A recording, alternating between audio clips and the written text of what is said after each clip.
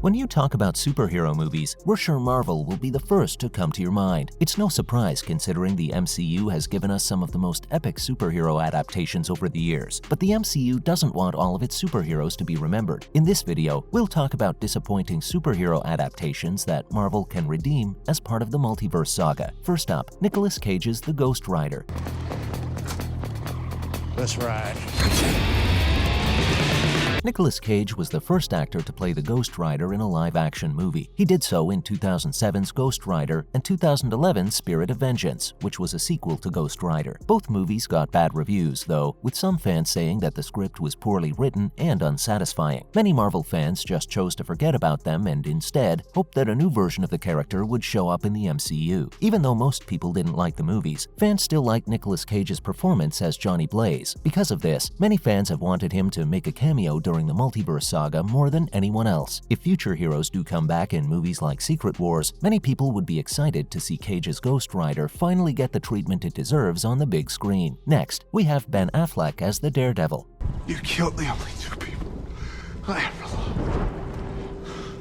Daredevil may be making his first appearance in the MCU, with Charlie Cox replaying his role from the Netflix show. But what's a little-known fact is that The Man Without Fear had already been seen in a live-action movie long before Cox did. In 2003, Ben Affleck played Daredevil in the movie Daredevil, which is thought to be one of the worst superhero movies ever made. Since he stopped playing Daredevil, Ben Affleck has shown that he's a good superhero actor by playing Batman in several DCEU movies. Also, because of his recent rise in popularity, now is the perfect time for him to come back as the Man Without Fear. This would show that it wasn't Affleck's casting that made Daredevil a flop in 2003, but the script. Moving on to Jennifer Garner's Elektra. Jennifer Garner played Elektra Natchios again in her self-titled film, which was even worse than her first appearance in Daredevil. The movie was heavily criticized for seeming hastily put together without a proper plot. It didn't help with the fact that Jennifer herself trashed the film just weeks after it was released. It's widely thought to be one of the worst pre-MCU Marvel movies ever made, which killed any plans for more movies in the franchise. Even though her superhero role didn't work out, Jennifer Garner is still an amazing actor. With a memorable list of movies under her belt, the actress would be a great choice for a longer cameo in a future movie. The MCU is currently bringing back a lot of characters connected to Daredevil, so now is a good time to give the first live-action Elektra a second chance. Next on the list is Andrew Garfield's Amazing Spider-Man. Andrew Garfield was the second person to play Peter Parker in the MCU Spider-Man franchise. He played the role of the main character in the first installment